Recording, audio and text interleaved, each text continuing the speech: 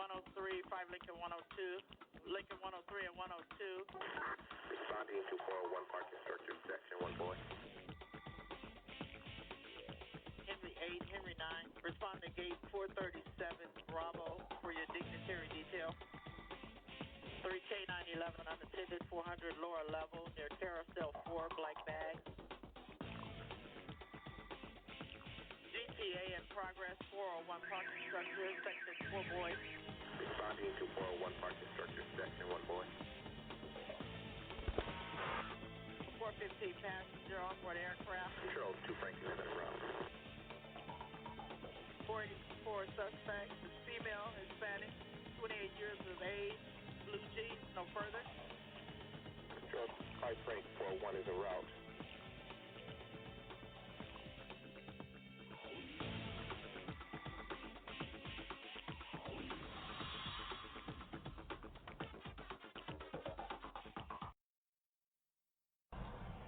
Hello, everyone, and welcome to this edition of the Private Officer Beat Radio. I'm your host, Rick McCann, and we're glad that you're joining us on the last day of August, another Monday morning here in the year 2020.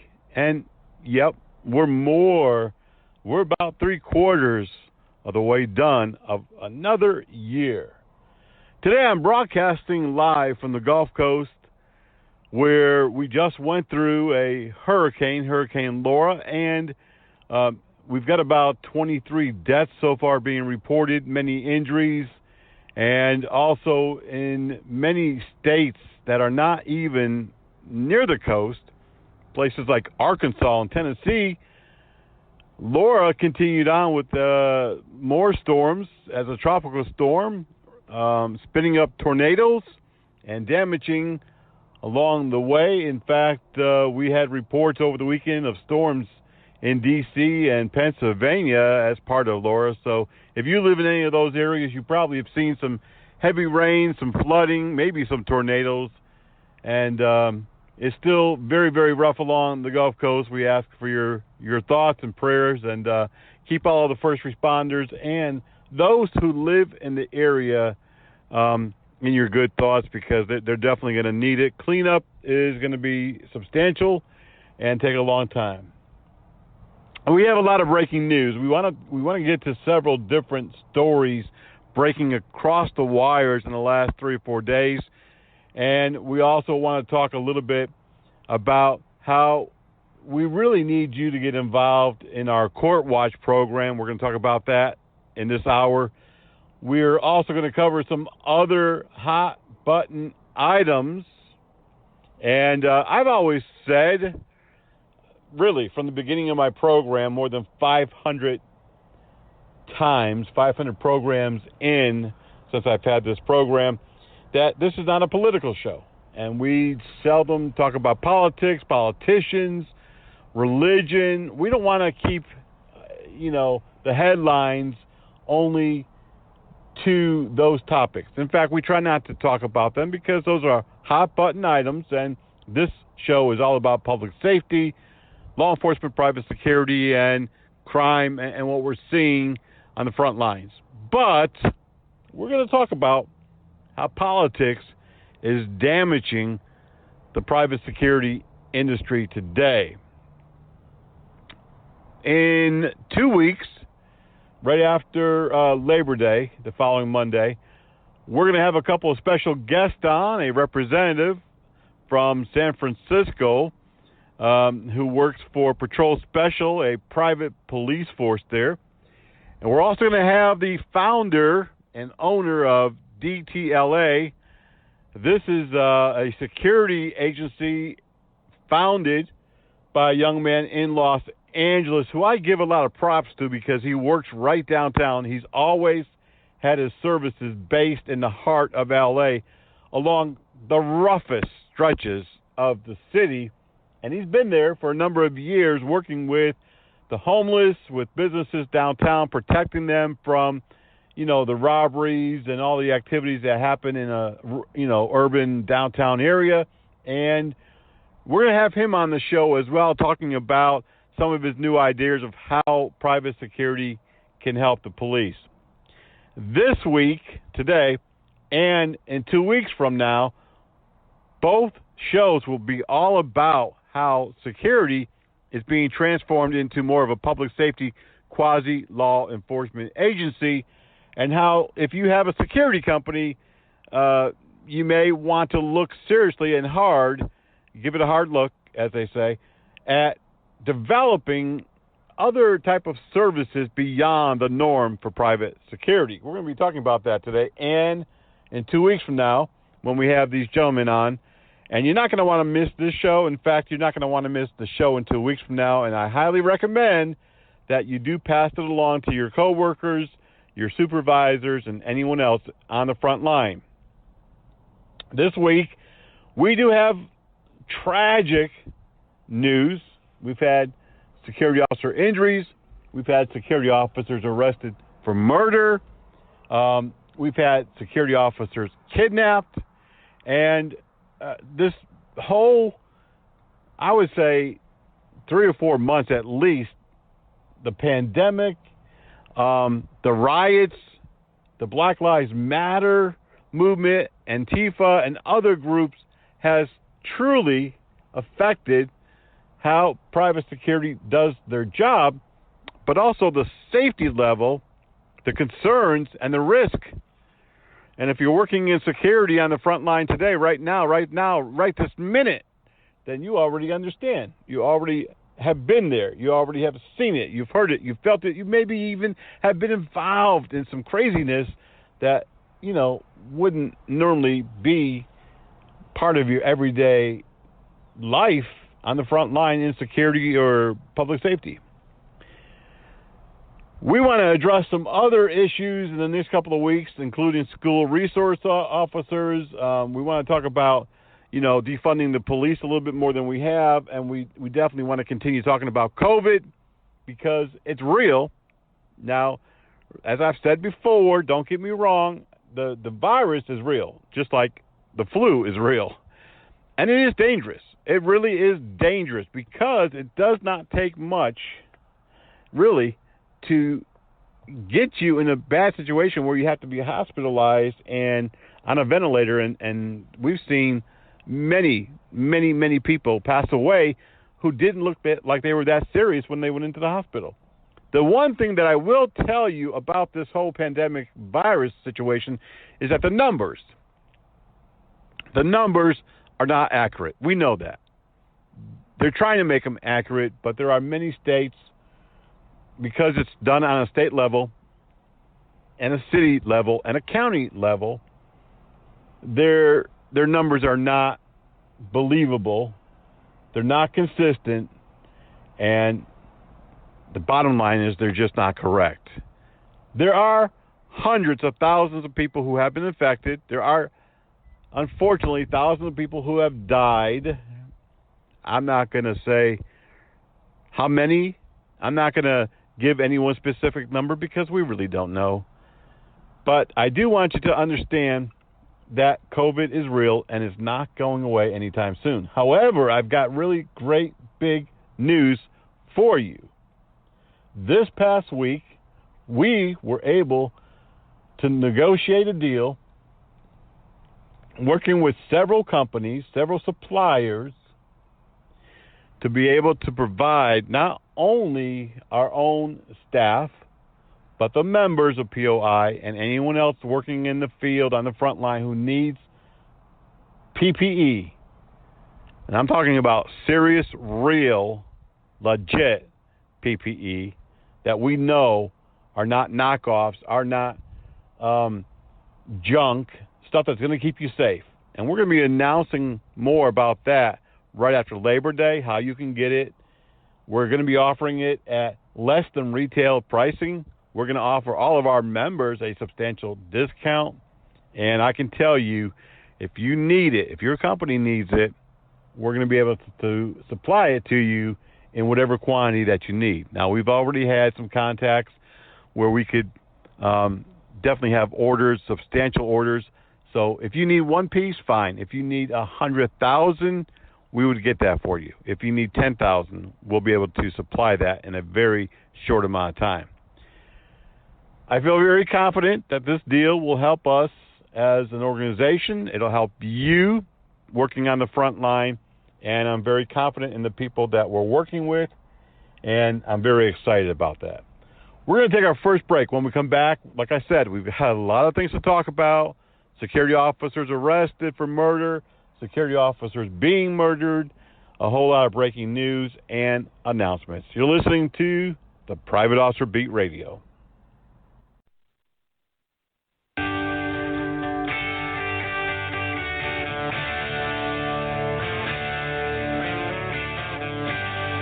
For some children, America isn't the land of promise. It's a place where every day is a struggle. Because today in America, 1 in 6 children lives below the poverty line. For these children, living in poverty means going without medicine, going without food, going without a warm home, or even a roof over your head. And that's life for nearly 13 million children of all races, all across America. Where will you draw the line and get involved? You can help these children and their families find a way out of poverty for good. And you can make a difference in more ways than you think. Will you help? Go to povertyusa.org today. Because 1 in 6 children in poverty is one too many. A message from the Catholic Campaign for Human Development.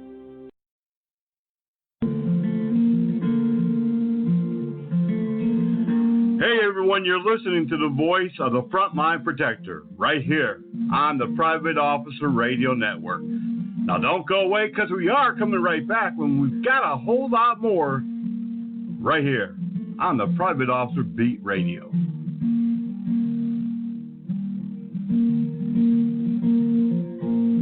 More than 114,000 people are waiting on an organ transplant at any given time in the U.S., and at least 80% of those are waiting for a kidney. For kidneys, it largely defaults to waiting time, but for livers, hearts, and lungs, it's largely based on the degree of illness and how sick someone is, and that defines their priority on the waiting list. Dr. Charles Rosen, director of the Transplant Center at Mayo Clinic, says living donors can help save people waiting for a kidney or a liver, but those waiting for other organs, unfortunately, have to wait for a deceased donor. Dr. Rosen says if you're interested in saving another person's life with your organs after you die, it's important to sign up as a donor now while you're still alive to save your family from having to make a difficult decision at a difficult time. We've heard from donor families or potential donor families that decided not to donate because it was such a stressful time in their lives that then 3-6 months later they felt some remorse for not doing that. For the Mayo Clinic News Network, I'm Ian Roth.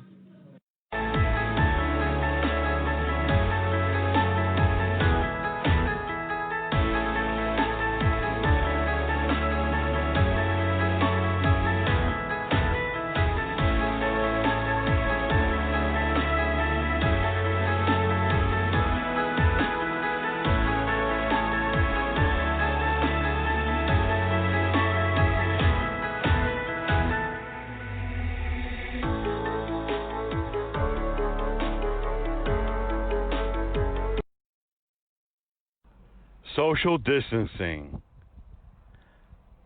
face coverings, a certain number of people allowed in a store at one time, one-way aisles. These are just some of the restrictions and some of the areas that retailers and restaurateurs have had to comply with in order to be open for business. And no doubt, I don't want to minimize, because there's research data that shows that this is all effective in preventing the COVID virus, just like it would be effective in preventing the flu or the mumps or the measles. This is real data, real results, and so it works. We know it does. But as a business owner myself, I can understand how it can be very restrictive on the business, especially when with restaurants, they can only have, in many areas, 50% of the capacity that their restaurant would normally be licensed to have. So if the restaurant is licensed occupancy of 300 people, they're down to 150. That is substantial when you're talking about customers and turning them around quickly, getting them in and out. Restaurants and bars make their money. Well, restaurants make their money from turning tables as quickly as possible. You may want to linger. You may want to talk to your friends. I know I do. I love to eat out with people, with friends, and just sit there and talk for hours. One of my favorite places is Cracker Barrel. They don't rush you. They'll let you sit for 2 hours unless they're just swamped, and then occasionally they might nudge you a little bit. Is that all? Is that all that you need? Do you need any more service? And they're trying to send a signal. They're trying to tell you, it's time to go. But many restaurants make their money by turning tables, getting people in, getting people out as quickly as possible, especially on their busy nights like Thursday, Friday, and Saturday, or when they're running a weekly special or a daily special or some type of promotion where people are coming in quicker than normal. Bars, they're a little different. They make their money from somebody who's going to sit there for 2 hours and drink. That's not me. Never has been, never will be. But that is some people. So with bars, they want people to hang out. And they need their capacity filled to the brim. I'm sure you've been into bars, nightclubs, and places that serve alcohol where they're just packed all the way to the outside door, and if they have an outside area where they have tables, they'll pack that out as well. But unfortunately, with COVID, businesses are not allowed to do that in most areas, and they're restricted. How many people can they have in their business at one time? And as you know, and some of you already have been assigned these duties, as a security officer, you're having to restrict the number of people inside. Some security officers are having to take the temperatures. They're not doctors. They're not nurses. They're not paramedics. They're not even EMTs. Most of them don't even have a first aid card, but they're taking temperatures, and they're the ones who are determining whether or not the person comes in or stays out. In addition, security, as we know, are also enforcing face coverings, face masks, and we know, we've talked about this since the beginning, it's causing huge conflicts. People are argumentative, non-compliant. If they're not going to listen to police, we know they're not going to listen to security officers, unarmed or armed, because you can't use a firearm to threaten someone, for not wearing a face mask, or even for entering a store when we tell them not to. They don't pose a threat, an imminent danger to us, so it's obviously not a lethal situation. Unfortunately, with all of the new duties of the security officer, we've had 3 that I'm aware of just in the last month that have been arrested for murder. Murder! We're putting people into situations that are not properly trained, don't have good common sense. They're the wrong people. But the security business is still a staffing agency. A body is a body, and as long as they qualify legally, as long as, if it's a regulatory state, as long as they're licensed to be armed or unarmed, we're going to put them to work. And sometimes, even if they're not licensed, they put them to work. We're seeing security personnel using excessive force, bad judgment. Just this past week, a female security officer in Las Vegas got into a confrontation with a man. She told him, "Don't go in." the store was beyond capacity. Don't go in. He went in anyways. They had a confrontation. She got him to go back out, and then he came back in. And while they were having that confrontation, the armed security officer, who was under no threat whatsoever, shot and killed the customer over a COVID-19 enforcement discrepancy.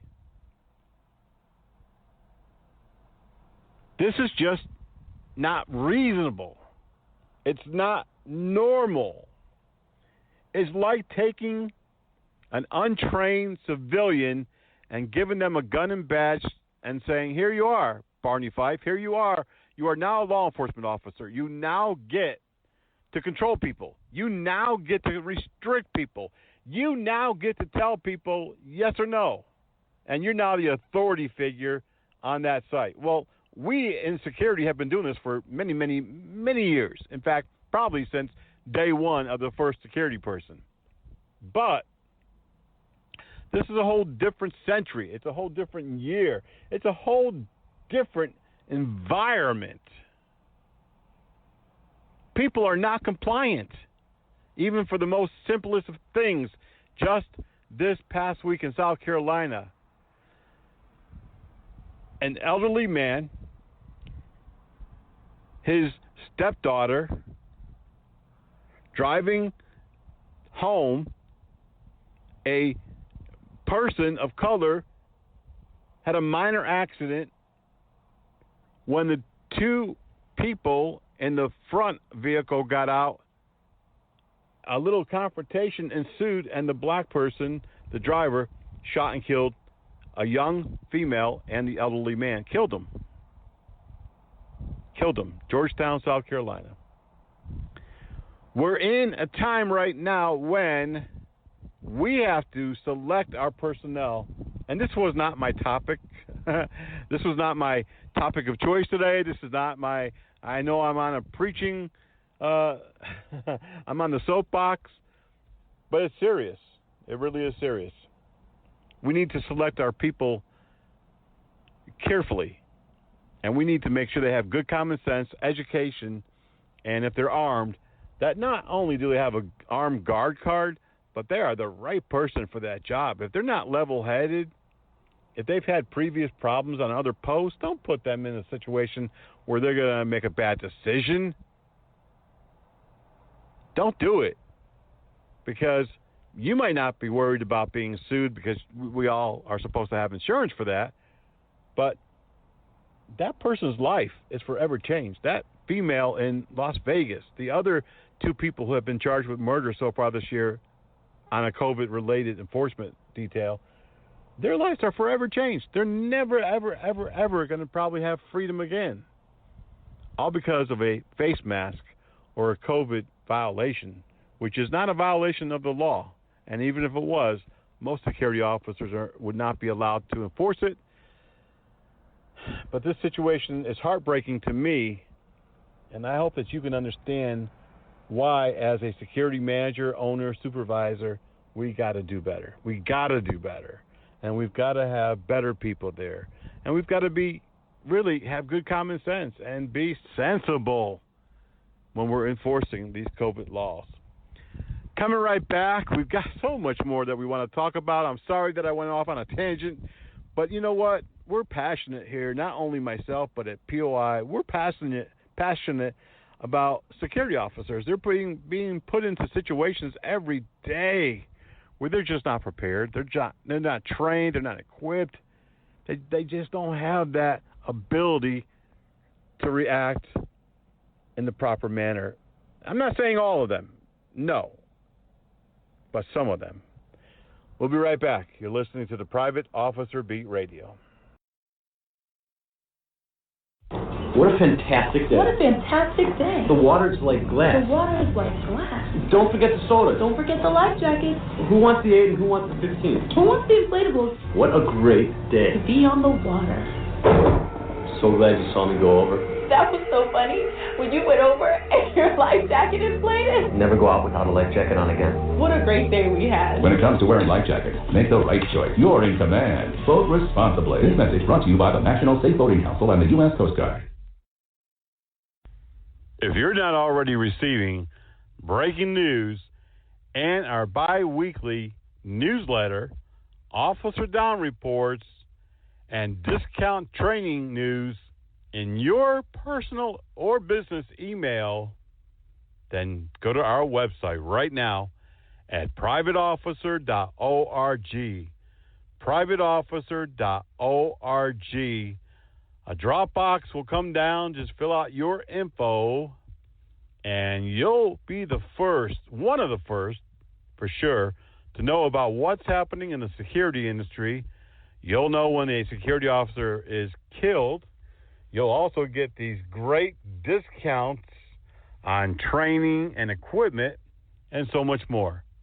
Privateofficer.org.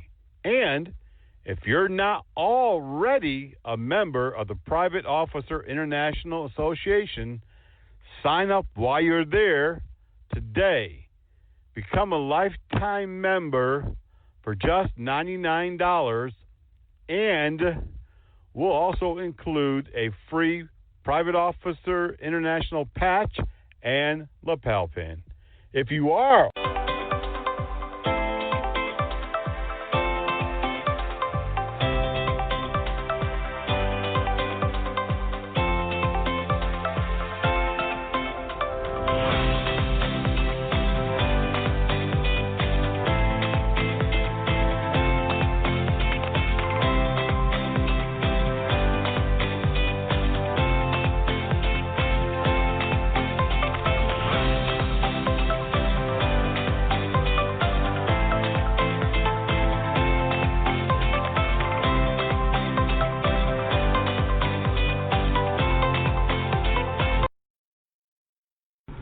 Body Armor USA.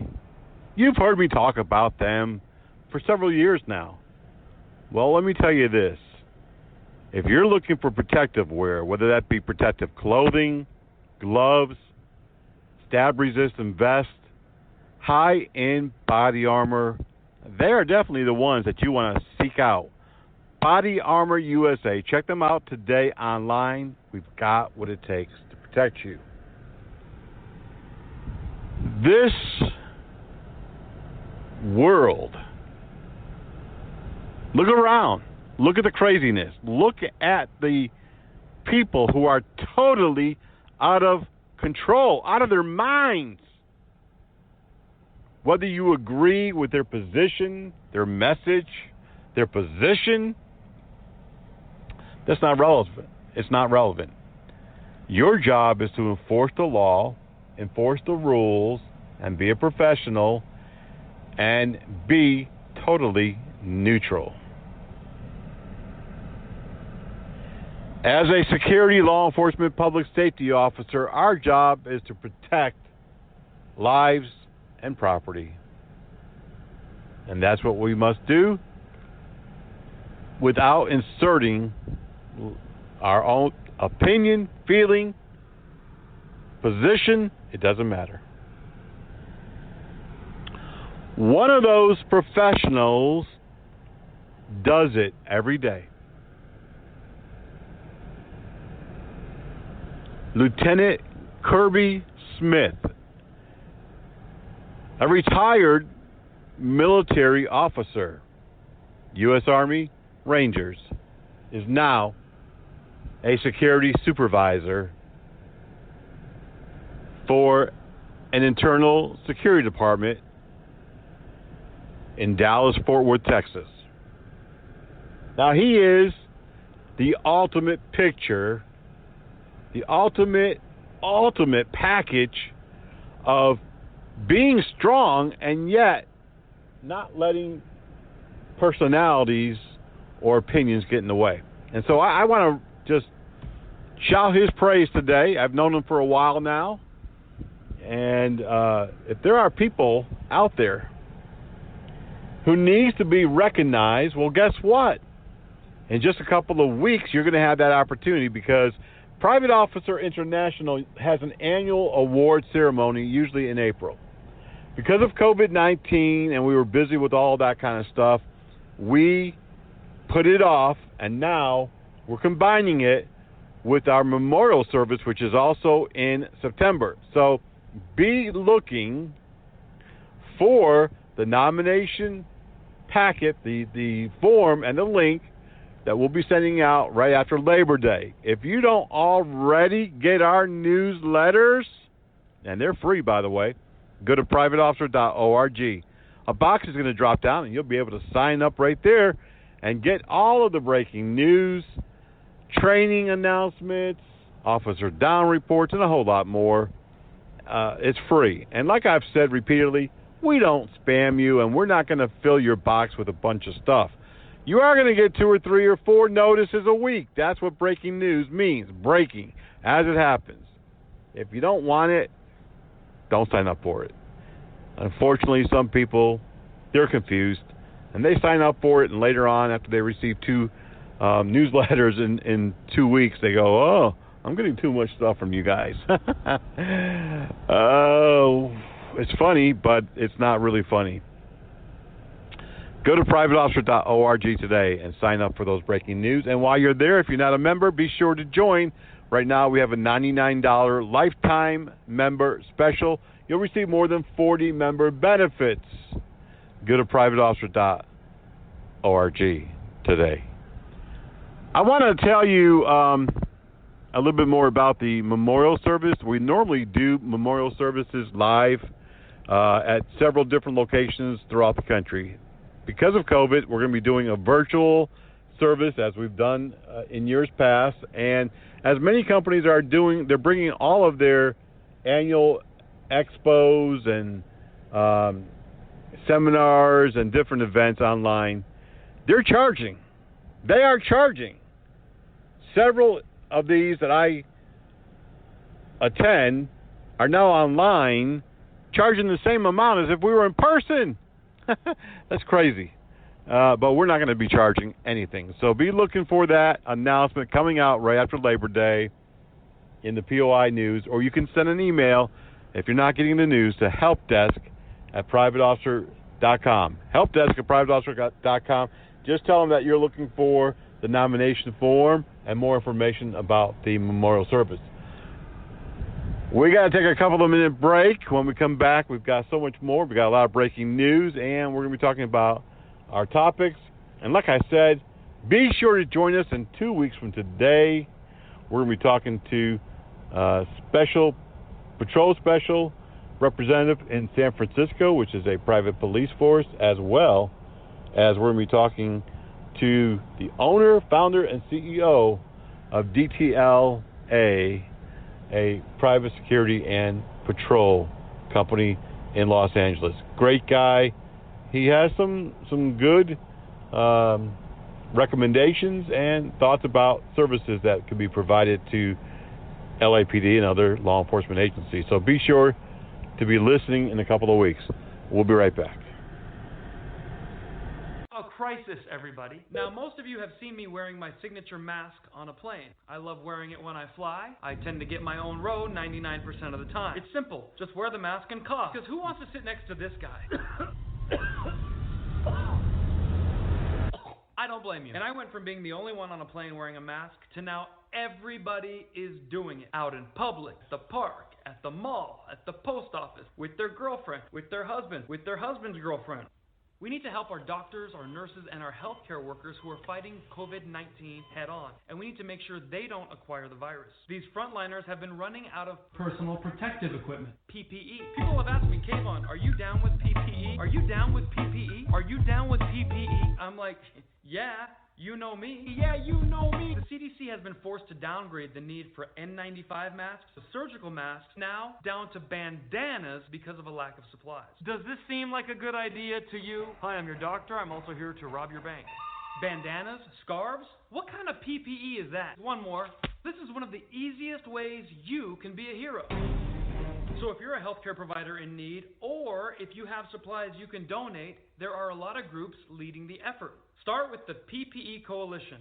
They're a great resource, and they can get you pointed in the right direction. So there you have it. Be a hero, make a donation, and help a frontline healthcare professional. After all, their health right now is in your hands. And while you're at it, wash those too. Because if you don't, you're disgusting. Yeah, you know me. Yeah, you know me. Yeah, you know me. Hey, you live in the Charlotte, North Carolina, or South Carolina metro area and need some security officer training, maybe some SLED training, maybe unarmed or armed training, call our friend John over at Premier Training Academy. His phone number, 704-806-4933. They also offer first aid, CPR, firearms training, and a whole lot more. They're at 5624 Executive Center Drive in Charlotte. And again, that number, if you want to give them a call right now, 704-806-4933. Our buddy John will take care of you today. Well, there's a lot of news happening, just like there always is. And if you're not already receiving our breaking news in your mailbox, just go to our website at privateofficer.org. A box will drop down, fill out your email address, and you'll get that in your mailbox. Not every day, not every moment, not every hour, but regularly, a few times a week, and along with officer down reports and training announcements coming up throughout the country. Right now, we have a couple of specials at armorcollege.org. You can go there today and get an online course about 70% off the normal tuition, just $125. You can also get instructor level training at armorcollege.org right now. Again, more than 60% off. And we have several scholarships and other tuition reductions available for our members. And again, contact armorcollege.org today. In the news today, Parkland High School, the Stoneman High School there in Parkland, Florida, says they don't want to defund the police. They're actually defending school police as protesters continue to call for school police to be defunded, canceled, and put out of business. They say, although there were some problems during the active shooting that happened there, police overall did a fantastic job and saved many. In Livingston County, Pennsylvania, a New York man has been arrested for criminal possession of a stolen bus. He stole the bus in New York because he needed a lift home. He took it in Avon, New York, and drove it to Livingston County, where police stopped him and arrested him, all because he wanted to ride home. In Sacramento, California, after 9 years, an ordeal that just kept on going year after year, a court has ruled that a couple cannot seek damages from the sheriff after he asked them to go and check on a neighbor. Police, the county sheriff's office was very busy. They asked the nearby couple, they called them up and asked them to go check on the neighbor. Well, that neighbor was being robbed, and the attacker attacked and injured this couple who went to check on the neighbor. They've sued several times, but the final ruling this past week is they cannot recover any damages from the sheriff's department. Also in the news is because of the coronavirus, a number of security company training schools throughout the country is beginning to offer their training online. And, you know, in some states, maybe even in yours, you can find that available. I know that we're offering some of our training online, and as the COVID virus continues on, you may see this as a general practice. In Indianapolis, Indiana, a security officer is being held on a possible murder charge. 25-year-old Nalisha Williams was shot and killed allegedly by the security officer at an apartment complex. This is still under investigation, but if this is true, this will be the third security officer arrested for murder this week within a 7-day period. And I've said this earlier, I've said it in recent weeks, we are really seeing more and more security officers not only being attacked, but also using lethal force on others. A New Jersey teen got quite the shock when she was sent a bill by the Englewood Cliffs Police Department for $2,500 after she scheduled a Black Lives Matter protest in the city in July. Police said they did not have enough officers on duty to be able to support this protest, and they had to bring other officers in, and that she's responsible to pay those officers' salaries, $2,500. In Lake Charles, Louisiana, where Hurricane Laura made her presence known just a few days ago, Security Officer Carl Jones rode it out in the largest, tallest business tower in Lake Charles. It's called the Capital One Tower, where he hid in the stairwell during 7 hours of this hurricane. He says he would not want to do it again. He'll never forget it, but he's just glad that he's safe. In Philadelphia, Pennsylvania, an off-duty security officer at the Wawa store got involved in a social distancing enforcement situation. Another security officer in the store was having a problem with a 22-year-old man, and the security officer who was off duty was shot. He's in critical but stable condition. Police have made an arrest in that situation. Also in Philadelphia, a security officer at a nightclub was shot early this morning. Police say that the security officer is alive. They did not put out any information on the suspect, whether or not there was an arrest made. In the Poconos, in PA, in Pennsylvania, a man was arrested after fighting with casino resort security and the Pocono Mountain Regional Police. This also was over a social distance thing, and he was also intoxicated. Police have charged him with aggravated assault, resisting arrest, simple assault, and disorderly conduct. His name is Richard A. Elwood, 30. He's being held at the Monroe County Correctional Facility. A girl was sexually assaulted in the band room closet at Reed Spring High School in Reed Spring, Missouri. Police are investigating, and this is a situation that we've seen a number of times, and hopefully this person responsible faces the justice system. In Lincoln, Nebraska, they just approved 12 school resource officers at district and middle high schools in Lincoln, Nebraska. Some really are concerned that they did approve it so quickly. They approved $508,000 in and around the rest of the country. We're seeing many, many police departments and schools being defunded, SROs being tossed out, and we're going to see, I believe, some really bad results because of this. In Nashville, Tennessee, they've already recovered 50 guns this year. TSA says it's been very busy. They have recovered 50 weapons. Several, many actually, they say, have been found loaded. And even though passengers' flights were down, guns were up. And this is also being echoed throughout the country. In Portage, Indiana, a private security officer at the North Porter County Government Complex was injured when an 18-year-old refused to sign a document and then began to fight with the security officer who called backup. Deputy sheriffs responded and took the 18-year-old into custody, and he is being held right now on a number of charges. An Indiana school resource officer saved the lives of many by stopping a gunman. Columbus, Indiana. Police say that a school resource officer noticed a suspicious person walking on school property.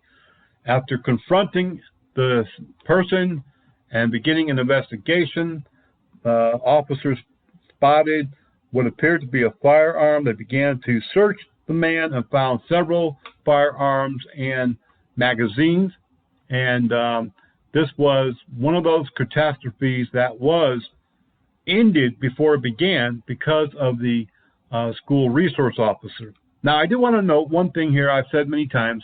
SROs were never meant to be in an office someplace in the basement of a school. They are supposed to be out on patrol. They should be spending most of their time outside, which is where this officer spotted the person, and they should be spending more of the time doing physical security and not interacting with disciplinary problems. In Notre Dame, Indiana, the University of Notre Dame has hired private security to police the students after they violated quarantine rules. The University of Notre Dame said it's hired security officers to enforce quarantine violations, and Dennis Brown, the Notre Dame spokesman, said students under quarantine have agreed to a code of conduct, and security officers will be enforcing that. Another area where confrontations are, possible, but as I was, saying earlier in the radio show, this is just another service that security is being asked to do. In Y, Arizona, a tribal police officer was shot and killed. This happened on Thursday last week. The police officer's name has not yet been released. A former Garda World security guard admitted to stealing and embezzling more than $50,000. He's been found guilty. Now, he is also the same person who admitted to killing a 7-year-old, shooting a 7-year-old a few months ago, but authorities don't have enough evidence to prosecute him on that charge. In the meantime, he's facing 30 years in prison, and he will be sentenced in November. And our Court Watch group will be watching that to see what the sentence is. A retiring police chief in Liberty Lake, Washington State, has a brand new role right away. As soon as he retired, he became the school security director, and he'll be in charge of not only overseeing security officers, physical security for the school, but also the COVID program that the system has in place. A second security officer was found guilty last week of the murder that happened in 2018 outside a Kansas City, Missouri bar. This is where two security officers on duty at a nightclub heard a crash. They ran across the street, left the property. They encountered an intoxicated person who had hit a pole, and they got into a confrontation, and they shot and killed him. Both security officers have now been found guilty of murder, even though they claimed it was self-defense. A very heartbreaking video this past week. A 76-year-old security officer in Williamsport, Pennsylvania, was attacked just because he was doing his job. The 76-year-old security officer required medical attention after being assaulted by a bunch of bullies on the playground. These were adult bullies. He was locking up a fence at the playground at about 8 p.m. when he was attacked after these clowns wouldn't leave the basketball court. And hopefully police will arrest all of those. An alert Santa Clara security officer heard some noises coming from a business that he knew was closed on the corner. This is about 2 a.m. He checked around and decided that it was a burglary. He called police. They surrounded the building, and sure enough, a suspect was found on the roof wearing a headlamp and was taken into custody, charged with burglary tools, and that was just a great job by this security officer. In Toledo, Ohio, a hospital there, ProMedia Medical Center, Toledo Hospital, has added a second canine officer and dog team. They've had great luck with the first one. The second one, both of these dogs are trained not only for patrol duties, but to interact with patients and to make them feel more comfortable.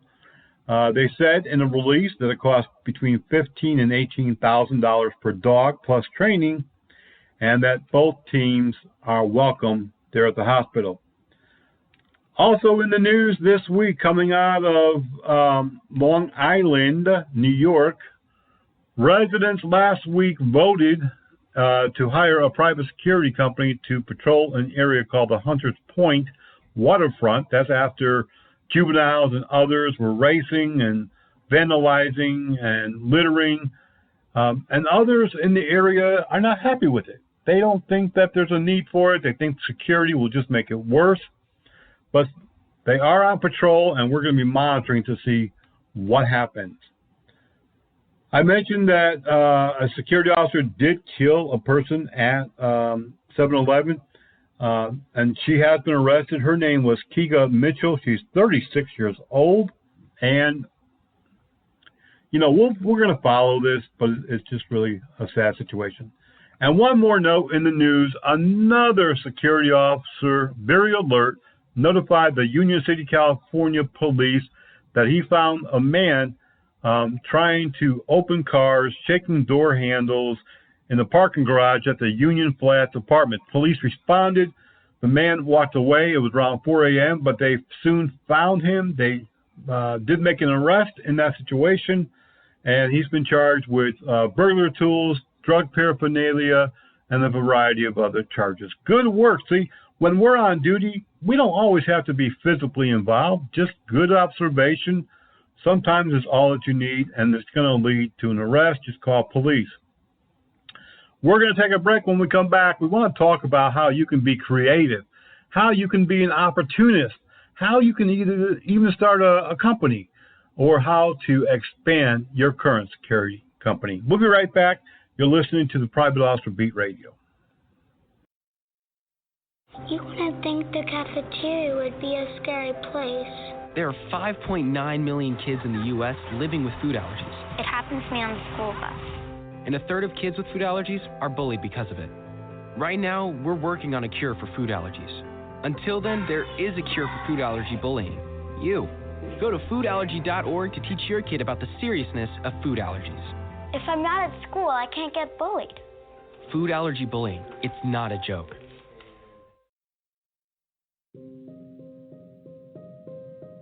I met Luke when I was pretty much born. We kind of just grew up together. He got his license when he was 16. We were going to the beach, and Luke was driving.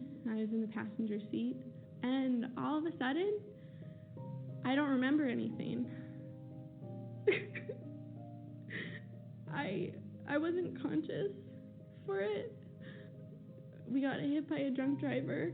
I feel like I knew right away that it was never going to be the same. I don't know. The doctors, they were telling me I was so lucky to be alive. When I found out that he died on impact, I didn't really feel lucky. And sometimes I still don't. Drinking and driving is completely unnecessary, and I think it's selfish if you do it. It's not worth taking that risk, because you never know what's going to happen.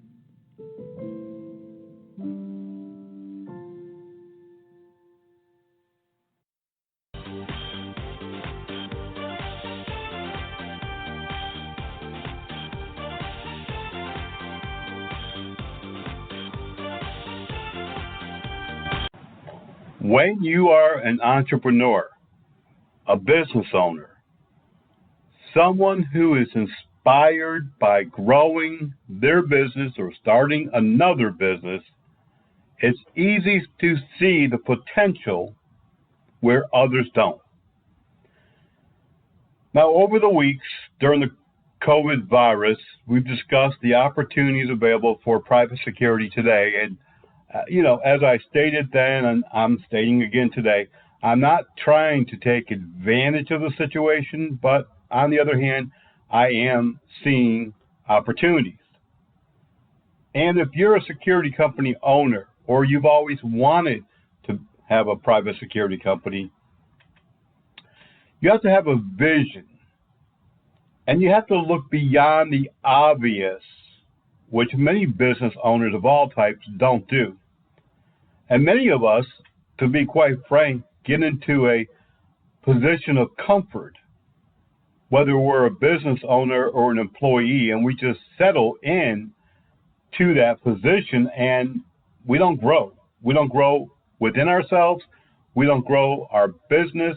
We don't grow the potential and opportunities that are there for the taking. Now, I have to be quite frank with you. It really does irritate me, having come from the projects, the welfare line, and a family of poverty, literally. It really irritates me when I see people who are in positions to do better and they don't or they won't. Now, with this COVID environment, we're seeing a lot of opportunity for people to either start a security company or a safety service or to grow the business that they currently have. And we are seeing some entrepreneurs out there who are starting other COVID-related businesses because this is not going away. This virus is going to be around for quite some time, even after a vaccine is developed, approved, and out on the market. As with the flu, not everyone can afford to get those shots. Not everyone can afford to take the precautions and the steps necessary to stay well. So in this reality of the new world, of the new us, we have to understand that there's opportunity, and people are seizing that moment of opportunity. We have people making and selling masks. We have people coming up with all type of sanitizing devices and sprays and concoctions. Some might work and some might not, but at least they're taking a shot at it, and they're out marketing, and they're out trying to make a living, a difference, and maybe even putting together a business for themselves. Now, in the private security business, just in the last 4 months, we've seen many changes of services being provided. What we once thought was just basic, bread and butter of the service, like access control and patrols and, fire watch and night watch and just the simple observe and report. Now we're seeing many security companies developing other services because clients are asking for them. Restaurateurs, business offices, hospitals, libraries, public places, they're all looking for the same type of service. I've actually had to go to the doctor a few times in the past couple of months. They have people at the door. They check your temperature. I went and had an eye exam in the last few weeks. Guess what? They did the same thing. Are they qualified? Do they have any certifications? Do they even have a basic first aid CPR card? I don't know. But I know that they are taking temperatures. Private security is being used to do the same thing at grocery stores, convenience stores, nightclubs, businesses of every type from A to Z. They're being used for occupancy enforcement, which is causing a problem we talked about earlier, that this is causing some disarray and disagreement and confrontations. And in fact, I stated a few moments ago about the Las Vegas incident where a female security officer didn't use good common sense and unfortunately used lethal force on an unarmed person who did not present or pose any imminent danger, as far as we can tell and as far as the police are reporting. She's been arrested for murder. A lot of security services / safety services are being combined. We have security personnel who are now counting the number of people that go into a building, whether that be a restaurant who only can have 50%, or a pharmacy, or a nightclub, or a convenience store, whatever it might be. Now, in my travels in the last few weeks or month, I have not seen convenience stores really counting the number of people per se, but I know in other types of businesses they do. In Las Vegas, there was a 7-Eleven who had a security officer counting the number of people being allowed in at one time, which led to a confrontation. These are some of the new services, duties of private security. And these are some of the new services that an entrepreneur would grasp and grab a hold of and be able to refine that into a better service, a better mousetrap. And that's the whole thing about business. You don't have to reinvent the wheel. You just got to reinvent a better type of wheel. you have to be able to do something that's going to make the service or the product much better than what's already being offered on the market.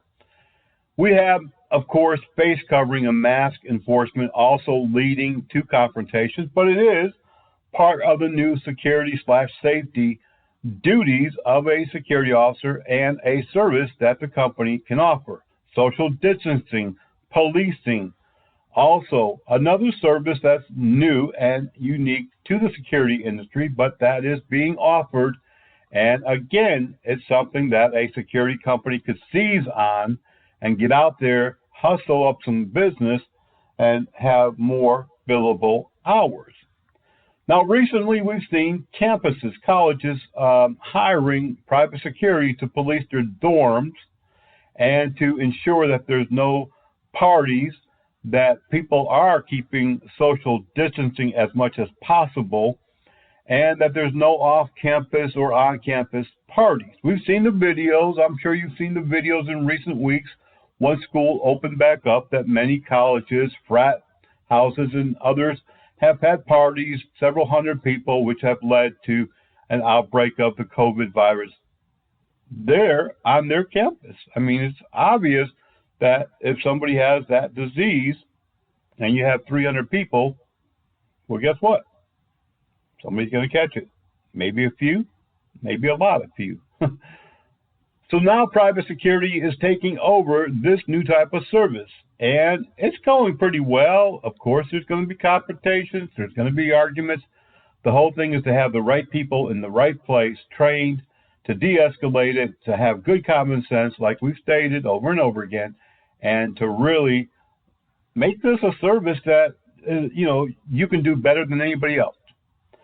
There are other opportunities, and I said that in a couple of weeks after Labor Day, we're going to have a very entrepreneurial type security company owner from Los Angeles on, and we're going to talk about some of the services that he would like to offer to be able to put LAPD back on the street so they're not tied up with so many different petty crimes and services that really aren't related to law enforcement.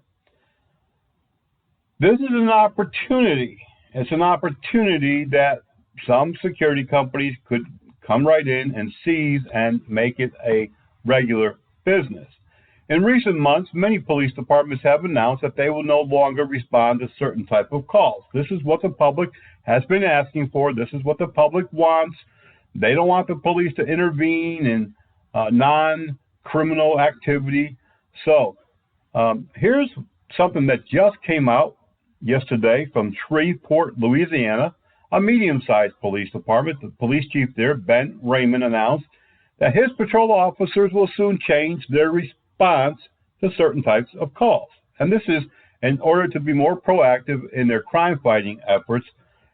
Reading into that, what they're really saying is, we're getting out of the petty business and we're just going to respond to serious crimes.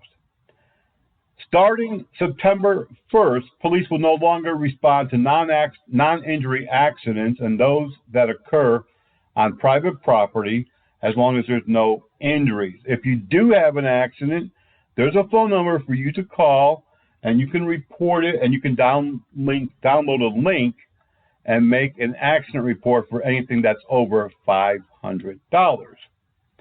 If you have a parking complaint in the city, you don't any longer have the opportunity to call the police. In fact, you're going to call in your parking complaints to a parking detail at a phone number, and of course, they don't work late, and they don't work on holidays, and they don't work on weekends, so if you have a parking issue on Saturday, well, they'll be there on Monday. Ungovernable juveniles. The Shreveport police will no longer respond to children who will not follow parents' rules and orders. And this has been going on for years and years. Every time a child is refusing to wash the dishes, make their bed, or go to sleep at 9, the parents call the police kind of as a way to threaten them. Well, in Shreveport, now you call what's called the Volunteers for Youth Justice Service. And, of course, they only work Monday through Friday from 8 to 5. And you can enroll your child in a special needs program. have an animal complaint? Guess what? No longer a police problem. Now you can call the Cato Parish Animal and Mosquito Service, a private company, and again, they may or may not respond on weekends and holidays. At one time, police departments, especially smaller police departments, community police departments, used to run a message delivery service of sorts. If you had an emergency message, oh, I'm trying to reach my sister, I haven't been able to reach her, she's not picking up the phone, they'd call the police department and they'd go out, knock on the door, and deliver a message if somebody was home. They also would provide what was called courtesy rides. I'm giving this person a courtesy ride.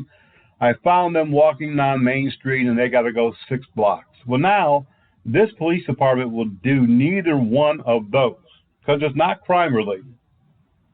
There's no crime involved. If it's a civil matter and police have to stand by because an ex-boyfriend or an ex-husband or whatever has to gather their property, well, guess what? They don't do that anymore either. The police used to go out in these type of situations to keep the peace. But now, in Shreveport, you call the city marshal's office, and they may or may not have an officer or a marshal available, but good luck to you. Child custody disputes, if you're having a dispute, drop your child off at the Shreveport Police Department because they no longer are going to go out on safe swap standbys because you and the husband, boyfriend, father of the child, mother of the child can't get along. They're not doing that no more. Unless it's an active crime like an assault, it's not their department. If you have a misdemeanor theft under $1,000, whether you're a retailer or somebody stole something from your business, your home, guess what? You make a report online. If you have evidence like a video or a photo, you can send that to the Investigations Bureau Monday through Friday, no weekends, no holidays, 8 to 5, and they'll look at it and see if this is something they want to investigate. How about a drug complaint? You're looking around and you see somebody doing what you think is a drug transaction. Police are not going to respond unless the people are still there. If it's a suspected drug activity, they're not going to respond. COVID complaints. You have a problem because a business is not enforcing the mask complaint, or maybe there's too many people in the business. Well, guess what? The police are no longer going to respond. The state fire marshal's office can be contacted Monday through Friday, no weekends or holidays, and they will investigate it. This is not the first police department in the country that is eliminating many civil and non-criminal responses. In fact, I can tell you that for the last 20 years, and definitely for the last 10 years, calls for service have continued to increase, most of them being non-criminal related, while the manpower has decreased, the budget has decreased, and it has overwhelmed the police department, and it has sent them on a merry-go-round of non-criminal calls where they're wasting their time standing by while two, exes are trying to exchange their child, or two exes are trying to recover property from a home or an apartment. Unless there's a crime in progress, it's not a concern of the police. We see this more and more. Police departments no longer responding to private property accidents. In fact, there are some private security companies who are responding to these type of accidents and issuing what's called an SR-22 form, and they charge to come out $25 or $50, and they'll fill it out for you, and on the way they go. Also, police in many areas are not responding. We've talked about this a number of times on the radio program, are not responding to activated burglar alarms.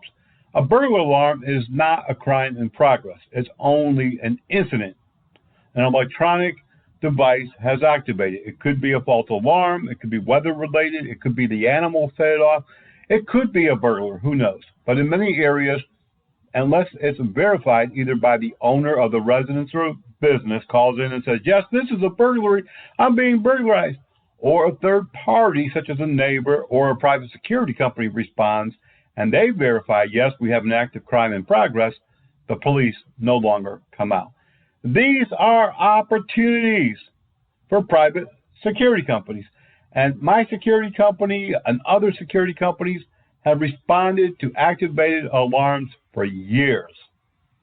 I have told a story once about a security company in Mobile, Alabama. They were set up to do nothing more but to respond to activated burglar alarms, home and commercial. They made a business out of it. If you are a true entrepreneur at heart, you will understand that there is opportunities, and opportunities does mean money.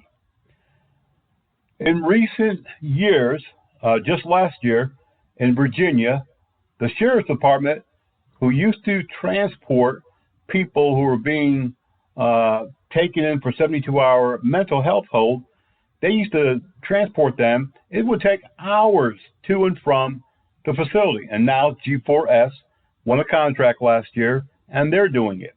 In Charlotte, North Carolina, the Transit Police Department is Allied Universal / G4S. They have company police officers fully sworn, academy certified, who are the Transit Police Department. In several hospitals in D.C., they have fully staffed police departments, but they are really private police who have commissions, and they take care of all of the incidents in and out. Many other companies, security companies, are benefiting. They are benefiting from extended, unique, and creative services that never before was offered. I'll give you one more. I know of a security company that provides EMTs not only to manufacturers and other businesses that have lots of employees, but they provide EMTs to swimming pools, community, HOAs, school systems. So again, thinking outside of the box, the security companies are benefiting by being able to provide services that their competitors are not. If you're going to have a business, whatever kind of business that might be, you have to be different. You have to be unique. You have to think outside the box. You can no longer say status quo will be fine for me and I'll be able to compete within my category of business. That's not how it works, especially in areas of safety, security. You got to think new. You've got to think different. You've got to be the first to market the service, the product, whatever it might be. We often talk about being an entrepreneur, especially in the public safety security realm of business. In 2 weeks, we're going to talk with the owner, the founder, the CEO of DTLA Patrol of Los Angeles. We're going to talk to him about the creativeness that he has come up with, how he can help the police departments to really take some of the burden off from them. I have a company called Public Safety Services, Community Public Safety Services. We also offer similar services to the police, fire, and EMS. That is the way of the day. That's where we are, not where we're going. That's where we are. Unique, being able to offer services that others may have not even thought of, or may have thought, this isn't going to go over too well. Well, it is going over. The more that we can come up with, the more services that we can offer to take the burden off from private business and public entities, the better it is going to be for our bottom line, but also it's going to make us really shine and float to the top like cream and milk, because we're offering things that nobody else are. We're creative. We're first to the market. I urge you to be on this same page if you own a business, whatever that business might be. I urge you to be creative and think outside of the box. Join us right after Labor Day, the Monday after Labor Day. We're going to talk more about this in part 2. But until then, be safe, be blessed, and we'll see you back here on the radio.